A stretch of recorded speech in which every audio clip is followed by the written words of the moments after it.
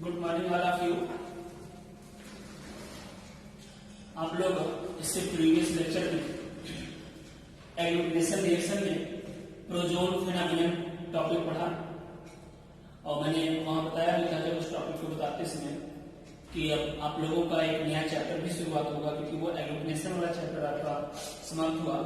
Next जो chapter है मतलब एग्लूटिनेशन में स्लाइड ट्यूब विडाउट था वो आप लोग लैब में करेंगे। प्रोजोन फिनोमिनन बताना था, मैंने आपको प्रोजोन फिनोमिनन के बारे में डिटेल बताया कि what is the Prozone phenomenon. सो वो कंप्लीट हुआ।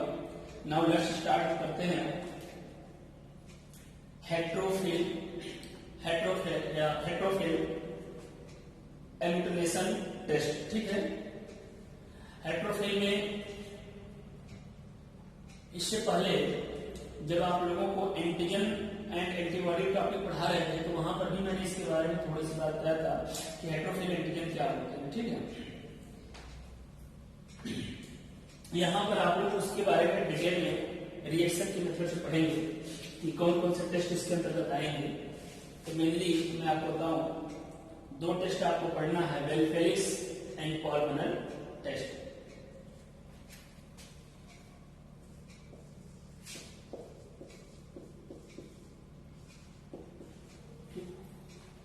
हेट्रोफिल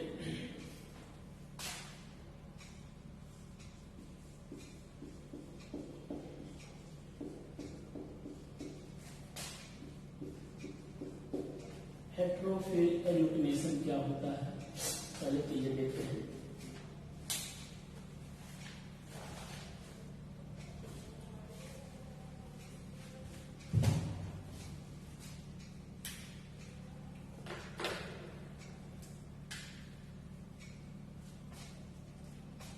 This is based on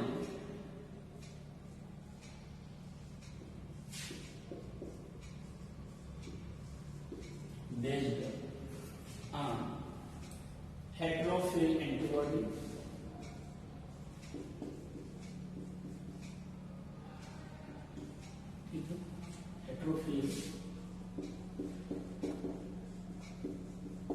heterophil antibody या heterophil antigen that react with microorganisms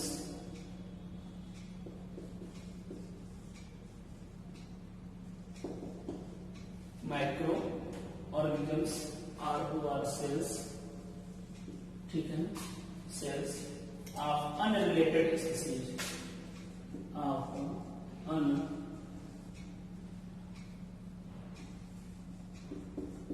unrelated species due to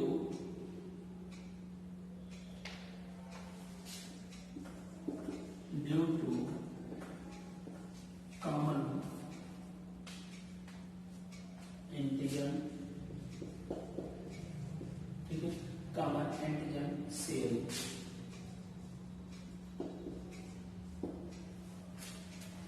इसको थोड़ा सा समझते हैं फिर आगे लोग पढ़ते हैं कि क्या है हेट्रोफिल एग्लूटिनेशन टेस्ट। इससे पहले की जो टॉपिक आप लोगों का मैं बताया था हेट्रोफिल एंटीजन या हेट्रोफिल क्या होते हैं, जब आप लोगों ने एंटीजन एंटीबॉडी के जो टॉपिक वहां पढ़ रहे थे तो वहीं पर एक ये वर्ड यूज हुआ था कि हेट्रोफिल क्या होता है।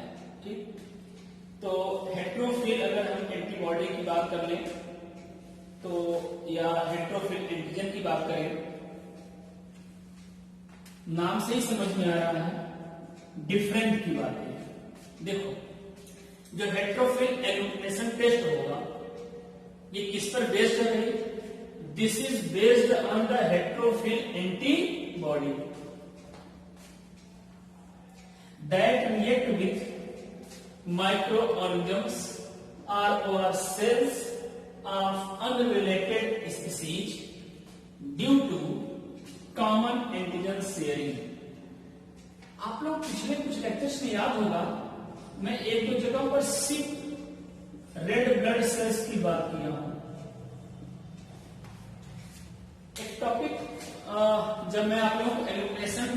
स्टार्ट किया था, स्टार्टिंग में जब मैं आप लोगों को एलुमिनेशन के बारे में बताया था, तो वहीं पर ये वर्ड यूज हुआ था कि इसे सिप एलुमिनेशन, सिप आरबीसी को भी यूज कराया गया था। तो वो हेट्रोफिल की बातें आई थी, या हेट्रोफिल एंटीजन भी मैं आप लोगों को डिटेल में बताया था कि हेट्रोफिल एंटीजन क्या क्या होते हैं और कैसे वो रिएक्शन कर रहे थे या किस तरह से पार्टिसिपेट करते हैं। मतलब सेम वही कैरेक्टर्स वही चीजें हो, लेकिन वो क्या होता आपका डिफरेंट स्पीशीज में आते थे, मतलब उसमें नहीं किसी दूसरे से लिए जाते थे। ठीक है, तो वहां मैं आप लोगों को डिटेल बताया था, पिछले लेक्चर्स में जाइएगा तो वहां आप लोगों को हेट्रोफिल के बारे में डिटेल पढ़ने को मिलेगा। बट हम उसी हेट्रोफिल को एल्यूमिनेशन रिएक्शन के केस में करते हैं। कैसे करते हैं कि हेट्रोफिल एंटीबॉडी है, ये रिएक्ट होता है माइक्रो ऑर्गेनिज्म, मतलब एंटीजन, ये एंटीबॉडी, ये antigen. Okay, microorganism are cells of unrelated species. जैसे सपोज दैट टाइफाइड की बात करते हैं। ओके, टाइफाइड की बात करें तो सैल्मोनेला टाइफी, ये पढ़ा होगा आप लोगों ने। मान लें ह्यूमन के ब्लड में या सीरम में क्या प्रेजेंट है, टाइफी या सैल्मोनेला टाइफी, टाइफी प्रेजेंट है, तो वो किसके रूप में हुआ, एंटीजन के रूप में। और जब हम टेस्ट को परफॉर्म करते हैं, ठीक है ना, या हमारे बॉडी में इसी के अगेंस्ट में क्या जनरेट हो जाता है, एंटीबॉडी। तो जो ये सैल्मोनेला का हम लोग टेस्ट परफॉर्म करें एंटी सीरम यूज करके, मतलब एंटीबॉडी, तो इसी का सेम ध्यान देना, जिसकी वजह से एंटीबॉडी, इस एंटीजन के द्वारा जो एंटीबॉडी जनरेट होगा, हम उसको लेकर के टेस्ट परफॉर्म कर रहे हैं। तो अब इसमें क्या है, जो सेम की बातें आएंगी, मतलब सेम स्पीशीज में। लेकिन हेट्रो के केस में क्या होगा कि जरूरी नहीं है कि वो सैल्मोनेला का ही हो, उससे रिलेटेड कोई दूसरा ऑर्गेनिज्म होगा तो उसका भी लेंगे हम लोग। ठीक, जैसे एक केस बनता है, अभी आगे मिलेगा वेल फेलिक्स रिएक्शन। तो वेल फेलिक्स में एंटीजन के रूप में हम लोग ले लेंगे, जैसे कि एक मिलता है वुल्गैरिस, एक और एक दूसरा ये रिक्टेशियल के लिए लेंगे, तो वो एंटीजन होता है। मतलब जो वुल्गैरिस की कैरेक्टर्स की बात आएंगी वही इसमें आ जाएगा। तो हम लोग रिक्टेशियल की जगह पर हम लोग उसको भी लेकर के परफॉर्म कर सकते हैं। तो हेट्रोफिल में क्या होता है, याद रखना हमेशा कि उससे डिफरेंट स्पीशीज का कोई एंटीजन, देखो हेट्रोफिल एंटीबॉडी रिएक्ट करता हो किससे, डिफरेंट अनरिलेटेड स्पीशीज से, जो कॉमन एंटीजन शेयरिंग, जो क्या करते हो, कॉमन एंटीजन शेयरिंग करते हो। जैसे ये प्रोटीयस हो गया और कोई दूसरा हो गया, ये दोनों एक ही कॉमन प्रकार के एंटीजन क्या करते हो, शेयर करते हो। इस एंटीजन से कौन हमारा रिएक्ट कर जाएगा, एंटीबॉडी। इसी को बोलते हैं हेट्रोफिल या हेट्रोफिल illumination test.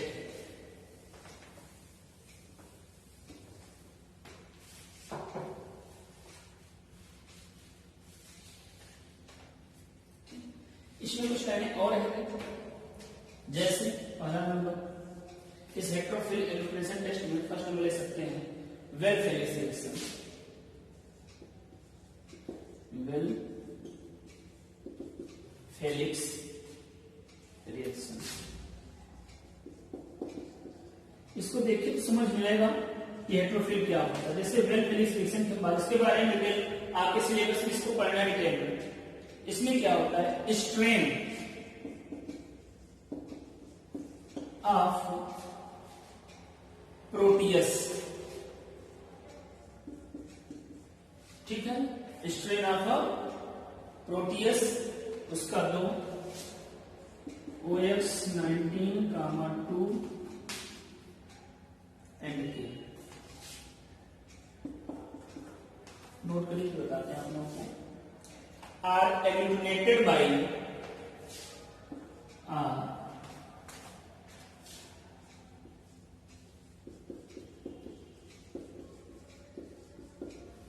Eliminated by sera of, यहां सीरम सेरा ऑफ पेशेंट, ठीक है, sera of patients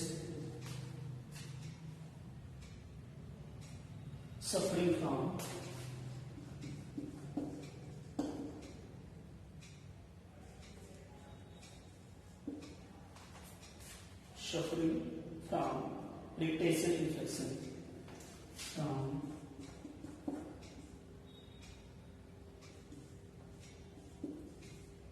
rickettsia, double T, rickettsia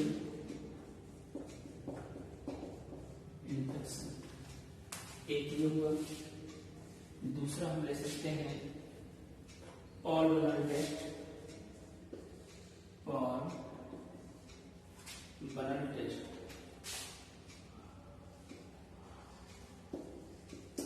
आप लोगों को पिछले लेक्चर्स में बताया हूं, जाइएगा आप लोग जब हेट्रोफिल एंटीजन के बारे में पढ़ेंगे, एंटी एंटीबॉडी, तो वहां डिटेल में आपको फेलिसिएशन के बारे में भी मैंने बताया था, पॉल ब्लड टेस्ट के बारे में भी मैं वहां पर आप लोगों को बताया था।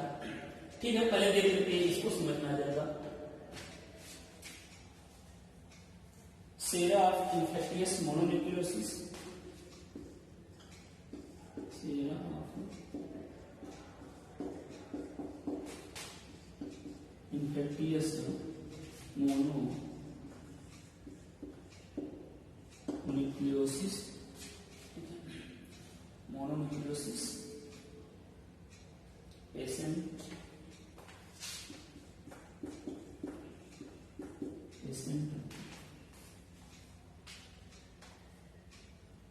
agglutinates sick,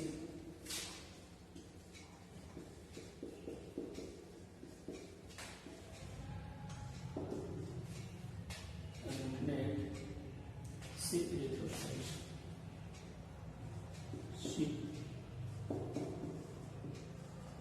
एरिथ्रोसाइट्स, इसके बारे में मैं चर्चा कर चुका हूं आप लोगों को। एक और केस है, जैसे streptococcus MG,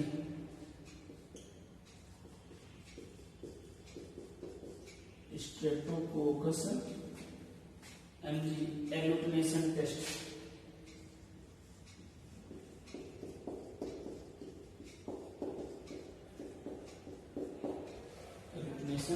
test positive in primary,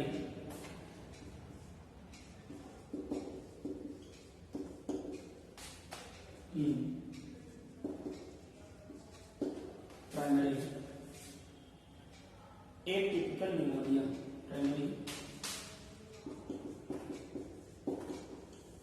atypical pneumonia,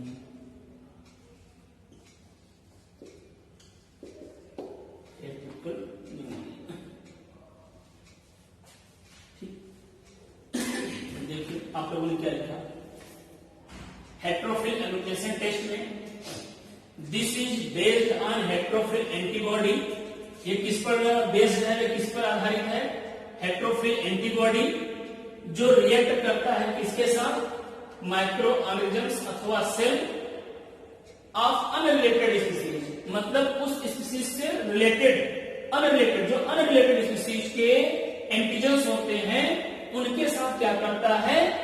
reaction करता है। मतलब कोई ऐसा एंटीबॉडी जो मान लेते हैं ये सेम एंटीजन हुआ, मतलब इसी एंटीबॉडी के अगेंस्ट में एंटीजन या इस एंटीजन के अगेंस्ट में ये एंटीबॉडी था, तो सेम स्पीसीज का हुआ, सेम ग्रुप का हुआ।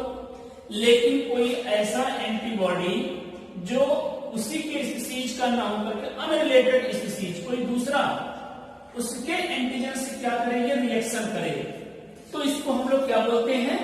हेट्रोफिल एग्लूटिनेशन टेस्ट। यानी रिएक्शन करें और रिएक्शन करके क्या हो? एग्लूटिनेट हो जाए। ठीक, जैसे ह्यूमन के आरबीसी की जगह पर अगर हमको सिक की आरबीसी ले लिया जाए, तो जैसे कोई एंटीबॉडी है वो रिएक्शन किससे करे? एक्चुअल में ये जब ह्यूमन की आरबीसी होना चाहिए था, लेकिन वहां हमने क्या लिया? सिर्फ आरबीसी, ये डिफरेंट स्पीसीज हो गए। तो इससे अगर ये रिएक्ट होकर के एग्लूटिनेट हो जाए तो उसको हम लोग क्या बोलेंगे? हेट्रोफिल एग्लूटिनेशन टेस्ट। एक एग्जांपल्स मैंने आपको इसमें बहुत अच्छा दिया था, 3 टेस्ट के बारे में बताया, और ये दोनों टेस्ट आप लोगों को पढ़ने हैं। तो हम लोग वेल फेलिक्स के बारे में पढ़ते हैं। एक रिएक्शन है वेल फेलिक्स रिएक्शन। अगर इसको समझना है तो देखो क्या दिया गया है, स्ट्रेंस ऑफ प्रोटियस, ठीक है, OX19 2 and K, ये अलग अलग एंटीजन्स हैं, आर एल्यूमिनेटेड बाई, ठीक, sera patient suffering from rickettsial infection. Suppose that कोई ह्यूमन पर्सन है, वो रिक्टेशियल इन्फेक्शन से है, रिक्टेशियल फीवर उसको है, या रिक्टेशिया रिक्टेसी नामक बैक्टीरिया से वो इन्फेक्टेड है। और इस बैक्टीरिया के बारे में आप लोग माइक्रोबायोलॉजी में पढ़े हैं और पढ़ा में कि ये कहाँ प्रेजेंट होता है, और सेकेंड ईयर में अपने टाइम इसके बारे में लेगा। तो रिक्टेसिया नामक जो बैक्टीरिया है, ये हमारे आपके हेयर्स वगैरह में प्रेजेंट होते हैं, और ठीक है, उसी के माध्यम से ये हमारे बॉडी में एंटर करते हैं, जिनकी वजह से फीवर होता है, हेडेक होता है, तमाम प्रकार के प्रॉब्लम जनरेट होते हैं। तो जो रिक्टेसी या रिक्टेशियल, अगर किसी पर्सन को रिक्टेशियल इन्फेक्शन हुआ है, तो रिक्टेशियल इन्फेक्शन होने का मतलब ये होता है उसकी बॉडी में रिक्टेशियल या रिक्टेसिया रिक्टेसी बैक्टीरिया इंटर किया, क्या जनरेट हो जाएगा उसकी बॉडी में, एंटीबॉडी हो जाएगा। टेस्ट को परफॉर्म कैसे करेंगे हम लोग, उसी का हम लोग एंटीसीरा यूज करते थे, है ना, किसका, सेम स्पीसीज का। जैसे अगर हमको टाइफाइड करना होगा तो टाइफी का ही हम लोग एंटीसीरा लेंगे, तो हमने उसको लिया और मिक्स किया, रिएक्शन कराया, रिएक्शन हुआ तो पॉजिटिव, नहीं हुआ तो निगेटिव, क्योंकि ज्यादा अमाउंट होने लगेगा रिएक्शन हो जाएगा। ठीक इसी तरीके से अब हम रिक्टेशियल इन्फेक्शन वाला कोई पर्सन है, कोई पेशेंट रिक्टेशियल इन्फेक्टेड है, और हम जो टेस्ट को परफॉर्म करते हैं या इस इन्फेक्शन को टेस्ट करते हैं कि वाकई में ये रिक्टेशियल से इन्फेक्टेड है या नहीं, ब्लड सैंपल लिया और उसमें टेस्ट को जब परफॉर्म करते हैं तो हम लोग इसमें जो एंटीसेरा मिलाते हैं, ध्यान देना, वो किसका ले लेते हैं, प्रोटियस, जिसको वुल्गेरिस प्रोटियस बोला जाता है। किसको हम ले रहे हैं, वुल्गेरिस प्रोटियस को। एक्चुअल में लेना किसका चाहिए हमको, रिक्टेसिया रिक्टेसी को। क्यों, क्योंकि अगर इसके द्वारा इन्फेक्टेड हो रहा है या हमारे आपकी बॉडी में ये एंटीजन के रूप में है, तो इसी के अगेंस्ट आपको क्या लेना पड़ेगा, एंटीबॉडी। लेकिन नहीं, यहां पर क्या करते हैं, इसकी जगह पर हम लोग इसको लेते हैं और इससे टेस्ट को परफॉर्म करते हैं, क्योंकि जो एंटीजन ये शो करेगा वही एंटीजन ये शो करेगा। लेकिन क्या दोनों स्पीशीज सेम है, नो, बोथ आर डिफरेंट। इसी को हम लोग बोलते हैं क्या, हेट्रोफिल एल्यूमिनेशन टेस्ट। तो कोई ऐसा एंटीबॉडी जो हेट्रोफिल हो, मतलब वो सेम एंटीजन से रिएक्शन ना करके वो डिफरेंट स्पीशीज वाले एंटीजन से भी क्या कर सकता है, रिएक्शन कर ले। तो कोई ऐसा हेट्रोफिल एंटीबॉडी जो उससे रिलेटेड ना होकर के अनरिलेटेड, किसी दूसरे से अनरिलेटेड स्पीशीज से क्या करे, ये रिएक्ट हो जाए और एल्यूमिनेशन करे, उसको हम लोग बोलेंगे हेट्रोफिल एल्यूमिनेशन। जैसे कि मैंने एग्जांपल लिया बेल फेलिक्स रिएक्शन में, इसमें क्या होता है कि हम लोग प्रोटियस, ठीक है, स्ट्रेन्स ऑफ प्रोटियस, उसमें ये तीनों सैंपल आप जब आप अभी टेस्ट पढ़ेंगे तो वहां आएगा, ये OX19 2K, ये उसके अलग अलग एंटीजन है। हमने इस प्रोटियस को, इसका ये लिया, जो कि क्या करता है भाई, एल्यूमिनेटेड हो जाता है।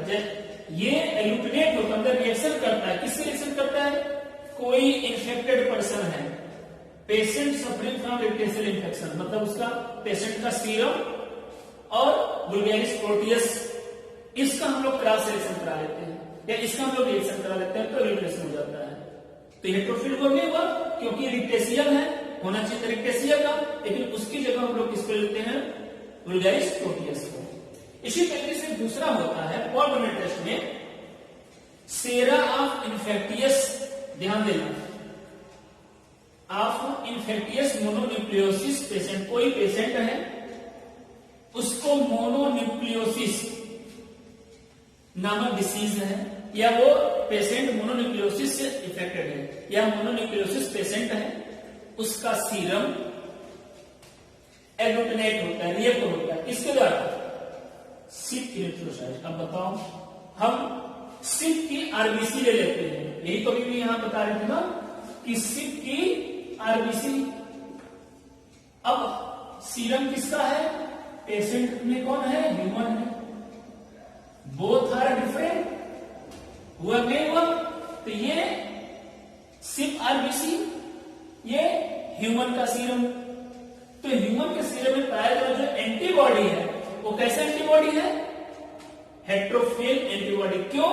क्योंकि वो इन्फेक्टेड है मोनोन्यूक्लियोसिस, और मोनोन्यूक्लियोसिस से अगर कोई पेशेंट पीड़ित है तो मोनोन्यूक्लियोसिस से जो एंटीबॉडी हमारी बॉडी में जनरेट हुआ है वो एंटीबॉडी ऑलरेडी कैसा होता है? हेट्रोफिल। मतलब वो एंटीबॉडी उससे अगेंस्ट में किसी दूसरे माइक्रो ऑर्गेनिजम्स जो रिलेटेड हो इसका एंटीजन का, इसी एंटीजन से रिलेटेड हो, उससे रिएक्शन कर सकता है। करके क्या करेगा? एग्लूटिनेशन कर सकता है। एक तीसरा है कि स्ट्रेप्टोकोकस एमजी, एक होता है स्ट्रेप्टोकोकस से अगर कोई पेशेंट इंफेक्टेड है तो एग्लूटिनेशन टेस्ट पॉजिटिव या टेस्ट पॉजिटिव आता है। किस केस में? इन प्राइमरी एटिपिकल निमोनिया। मतलब एटिपिकल निमोनिया अगर किसी को है, निमोनिया है, उसमें अगर हम टेस्ट को परफॉर्म करते हैं तो हमको निमोनी का ही लेना पड़ेगा एंटीजन के रूप में, लेकिन नहीं, हम लोग यहाँ क्या ले लेते हैं? Streptococcus MG. इसको भी लेकर के टेस्ट को पॉजिटिव आ सकता है, इसको भी लेकर के टेस्ट को परफॉर्म कर सकते हैं। तो यहाँ पर जो ये प्राइमरी एटिपिकल निमोनिया, यानी इसका जो इसके द्वारा जो बॉडी में एंटीबॉडी जनरेट हुआ है, ये एंटीबॉडी कैसा होगा? हेट्रोफाइल। मतलब ये निमोनी से ही रिलेटेड होना चाहिए था, लेकिन इससे ना होकर के ये स्ट्रेप्टोकोकस एमजी से रिएक्शन कर जाता है। तो हेट्रोफिल में बस यही इतना है याद रखना कि हेट्रोफाइल एंटीबॉडी है। तो सबसे पहले आप लोगों को समझना पड़ेगा हेट्रोफाइल एंटीबॉडी या हेट्रोफिल एंटीजन क्या होता है। ये डिटेल में आपको पिछले लेक्चर में बहुत अच्छे से बताया था, आप लोग वहां जाकर के देख लीजिएगा हेट्रोफिल एंटीजन क्या होते हैं। तो जो कोई हेट्रोफिल एंटीजन, हेट्रोफिल एंटीबॉडी है, वो क्या करता है? किसी दूसरे स्पीशीज के एंटीजन से क्या करे? रिएक्ट करे और एग्लूटिनेशन करे। उसको हम लोग बोलते हैं हेट्रोफिल एग्लूटिनेशन टेस्ट।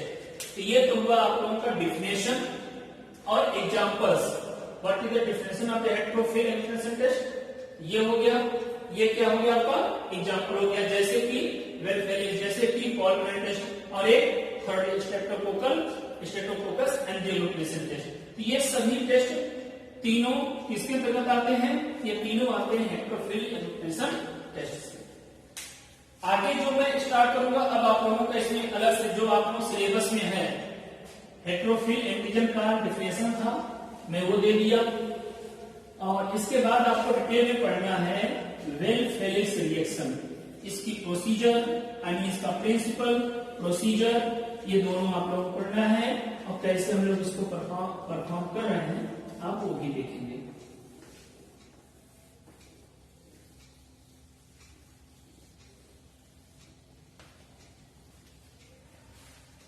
ठीक, तो अभी तक जो आपने पढ़ा हेट्रोफिल एग्लूटिनेशन टेस्ट था। फिर से एक बार सुनिए हेट्रोफिल एग्लूटिनेशन टेस्ट क्या होता है। हेट्रोफिल मैंने बताया था कि ये किस पर बेस्ड होता है? फिर ये हेट्रोफिल एंटीबॉडी जो कि react with microorganisms are cell, कोई हेट्रोफिल एंटीबॉडी है जो रिएक्ट होता है किसी माइक्रोऑर्गेनिजम्स अथवा सेल्स, किससे? ऑफ अनरिलेटेड स्पीसीज, जो उस स्पीसीज से रिलेटेड ना हो। When the heterophile antibody react with unrelated species due to common antigen, क्यों उससे रिलेशन करते हैं? क्योंकि एंटीजन कॉमन होते हैं, ड्यू टू कॉमन एंटीजन, तो that this is known as heterophile agglutination test. Heterophile agglutination की अगर हम बात करें, ये 3 टेस्ट में परफॉर्मिंग होता है, 3 टेस्ट से हम आसानी से देख सकते हैं। या इसका एग्जांपल जो होता है वो पहला एग्जांपल वेलफेलिस। वेलफेलिस में अगर हम देखें तो उसमें हम लोग प्रोटियस, ठीक है ना, प्रोटियस को लेते हैं, वो एग्लूटिनेट होता है इसके साथ पेशेंट का सीरम। अब अगर वो पेशेंट किससे इन्फेक्टेड है? रिक्टेशियल इन्फेक्शन, किसी पेशेंट को रिक्टेशियल इन्फेक्शन हुआ, तो रिक्टेशियल इन्फेक्शन कब होगा? रिक्टेशिया रिक्टेसी नामक बैक्टीरिया से किसी पेशेंट को रिक्टेशियल फीवर हो सकता है, फीवर होता है, तो इसका मतलब ये हुआ कि उसके बॉडी में रिक्टेशिया का एंटीबॉडी जनरेट है और हमको टेस्ट को परफॉर्म करने के लिए रिक्टेशिया का एंटीजन चाहिए था, लेकिन हम लोग टेस्ट को परफॉर्म किससे करेंगे? तो रिक्टेशियल एंटीजन की जगह पर हम लोग किससे लेते हैं? वुल्गारिस प्रोटियस को ले लेते हैं। किसको ले लेते हैं? हम लोग प्रोटियस को ले लेते हैं। तो जो प्रोटियस अलग स्पीसीज हुआ, तो डिफरेंट स्पीसीज जो अनरिलेटेड स्पीसीज था उससे रिएक्शन हमारा आपके एंटीबॉडी का हो रहा है, तो इसलिए इसको हम लोग बोलेंगे हेट्रोफिल एग्लूटिनेशन। तो वेल फिलिक्स कितना याद रखना, वेल फिलिक्स किसके लिए परफॉर्म होगा? एक टेस्ट भी आगे मिलेगा। ठीक, इसी के साथ एक और मैंने एग्जांपल दिया आप लोगों को, उसमें पॉल बर्नर टेस्ट की बात किया हूं। तो पॉल बर्नर टेस्ट में कोई पर्सन है, वो पर्सन इन्फेक्टेड है, मान लो मोनोन्यूक्लियोसिस से। किससे इन्फेक्टेड है? मोनोन्यूक्लियोसिस पेशेंट है कोई, ठीक है। अब मोनोन्यूक्लियोसिस पेशेंट है तो उसमें एंटीबॉडी क्या जनरेट हुआ होगा? मोनोन्यूक्लियोसिस। हम लोग क्या ले लेंगे उसका? एंटीसेरा। जब एंटीसेरा सेम स्पीसीज का एंटीसेरा लेना पड़ेगा, रिएक्शन कराएंगे। लेकिन प्रॉब्लम्स यहाँ पे यह है कि जो न्यूक्लियोसिस है ये हेट्रोफिल एंटीबॉडी है, तो हम लोग क्या करते हैं उससे डिफरेंट मतलब अनरिलेटेड स्पीसीज को भी रिएक्शन करा करके चेक कर सकते हैं। तो यहाँ हम लोग क्या ले लेंगे? आरबीसी। किसका? सिक का। तो अगर सिक आरबीसी का रिएक्शन किसी मोनोन्यूक्लियोसिस पेशेंट के सीरम से रिएक्शन कराया जाए तो उसका सीरम जो होगा वो एग्लूटिनेट हो जाएगा। सीरम और ये आरबीसी अगर रिएक्शन करेंगे तो क्या हो जाएंगे? एग्लूटिनेट हो जाएंगे। तो ये भी किसका एग्जांपल होगा? आपका हेट्रोफिल का। इसी तरह से स्ट्रेप्टोकोकस एंटी-एग्लूटिनेशन टेस्ट जो होता है ये पॉजिटिव प्राइमरी एटिपिकल निमोनिया, जो निमोनिया केस में होता है ये पॉजिटिव आता है, उसमें भी डिफरेंट स्पीसीज की बात आया है। ये ओवरऑल आप लोगों का होगा हेट्रोफिल एग्लूटिनेशन टेस्ट। नेक्स्ट जो टॉपिक आप लोगों का शुरुआत होगा वेल फेलिक्स टेस्ट।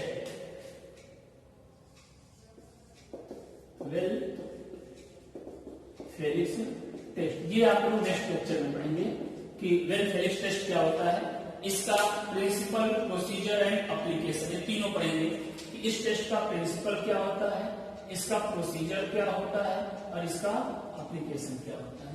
ये तीनों आप लोगों को पढ़ने हैं। ठीक है, thank you all of you. Next class आप लोगों का नेक्स्ट